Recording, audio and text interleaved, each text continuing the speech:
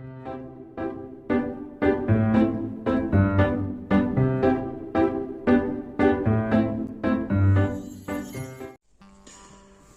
gente, mais uma vez nós estamos aqui com mais uma aula de História do Cristianismo ou História da Igreja. Nosso foco nessa aula é passar para você não a ordem dos acontecimentos, mas as trajetórias pelas quais passaram a Igreja até chegar em nossos dias, ou seja, chegar até você.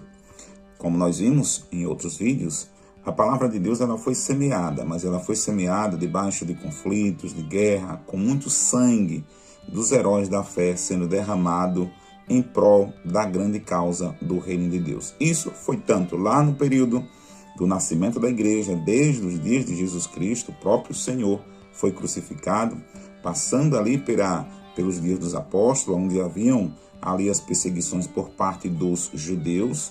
E então entramos ali também nas chamadas perseguições mundiais, que eram através do imperador. Os imperadores se declaravam Deus, exigiam adoração por parte dos súditos, e aí então eles levantaram leis que perseguiam a igreja. Essas leis foram conhecidas pelas populações e em qualquer momento, em qualquer lugar, os cristãos poderiam ser culpados de alguma coisa que não haviam cometido.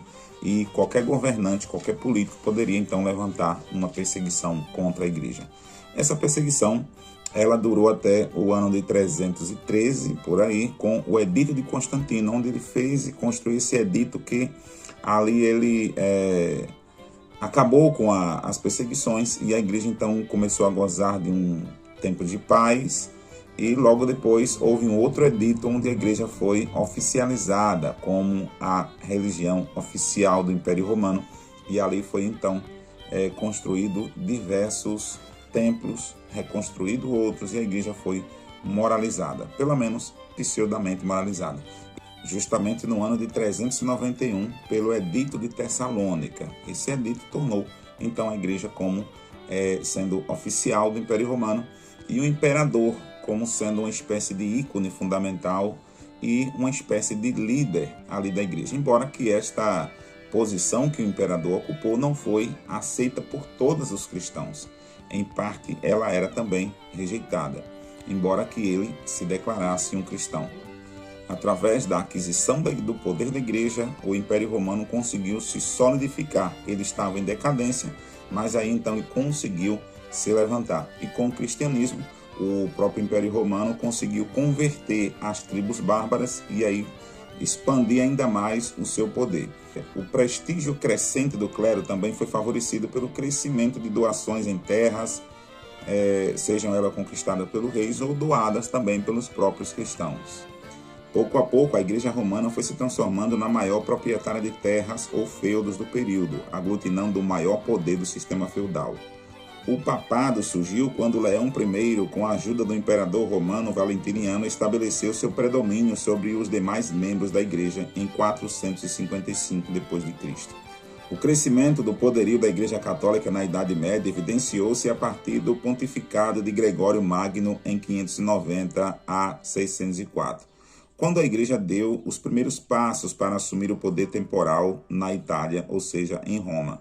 Existem 3 tipos de poder que governam o mundo. É o poder econômico, o poder político e o poder ideológico.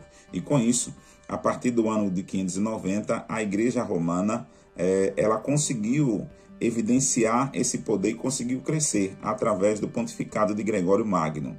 Ou seja, ela deu seus primeiros passos para assumir essas 3 colinas do poder a nível mundial. O poder econômico, o poder político e o poder ideológico, somado também ao poder espiritual. Isso deu uma força de maneira absurda à igreja e ela então conseguiu se sobressair e dominar o mundo daquela época. Ou seja, ela já estava fora ali dos padrões estabelecidos por Cristo, porque o propósito da igreja de Cristo não era dominar poder político, dominar poder econômico e dominar poder ideológico. O propósito da igreja de Cristo era salvar as pessoas.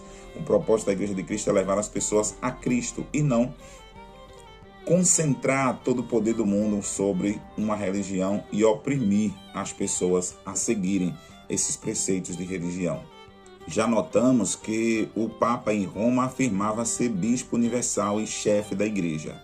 Agora, o veremos reclamando a posição de governante de nações acima de reis e imperadores. Esse desenvolvimento teve 3 períodos: crescimento, culminância e decadência. O período de crescimento do poder papal começou com o pontificado de Gregório I, o Grande, e teve o seu apogeu no tempo de Gregório VII, mais conhecido por Hildebrando. É bom notar que, desde o princípio, cada papa, ao assumir o cargo, mudava de nome. Gregório VII foi o único para o cujo nome de família se destacou na história depois de sua ascensão à cadeira papal. Gregório resistiu com êxito às pretensões do patriarca de Constantinopla, que desejava o título de bispo universal. Tornou a Igreja praticamente governadora da província nas vizinhanças em Roma, preparando assim o caminho para a conquista do poder temporal.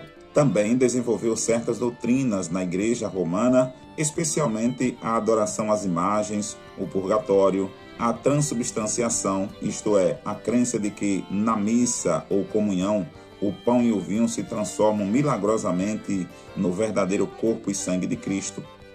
O Papa Gregório foi um dos defensores da vida monástica, havendo sido um dos monges da época. Foi um dos administradores mais competentes da história da Igreja Romana e, por isso, mereceu o título de Gregório o Grande. Sobre o governo de uma série de papas, durante alguns séculos a autoridade do pontificado romano aumentou e era, em geral, conhecida. São várias as razões para justificar o crescimento do poder do papado. Uma das razões por esse governo crescer tanto era a sede romana.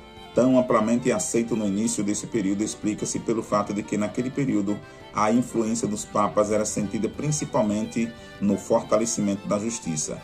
Uma das razões por que o governo da sede romana era tão amplamente aceito no início desse período explica-se pelo fato de que, naquele período, a influência dos papas era sentida principalmente no fortalecimento da justiça.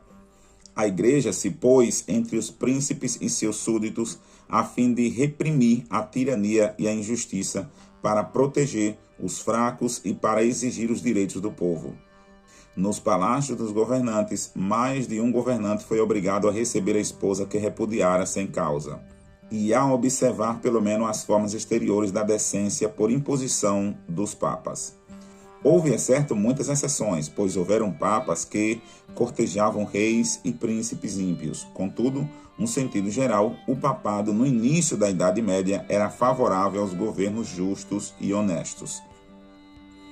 Depois da morte de Constantino e depois de outros fatos e outros papas e reis, os líderes da Igreja Romana seguiram então seus preceitos e colocaram as seguintes instruções para a Igreja. Por exemplo, instituição do papado, troca do culto pela missa, aquisição do uso e adoração de imagem de escultura, adoração a Maria, superestimação à autoridade papal e doutrina do credo, implantação das indulgências e doutrina do purgatório, implantação da Santa Inquisição ou Santo Ofício para punir os hereges e controle total do mundo antigo.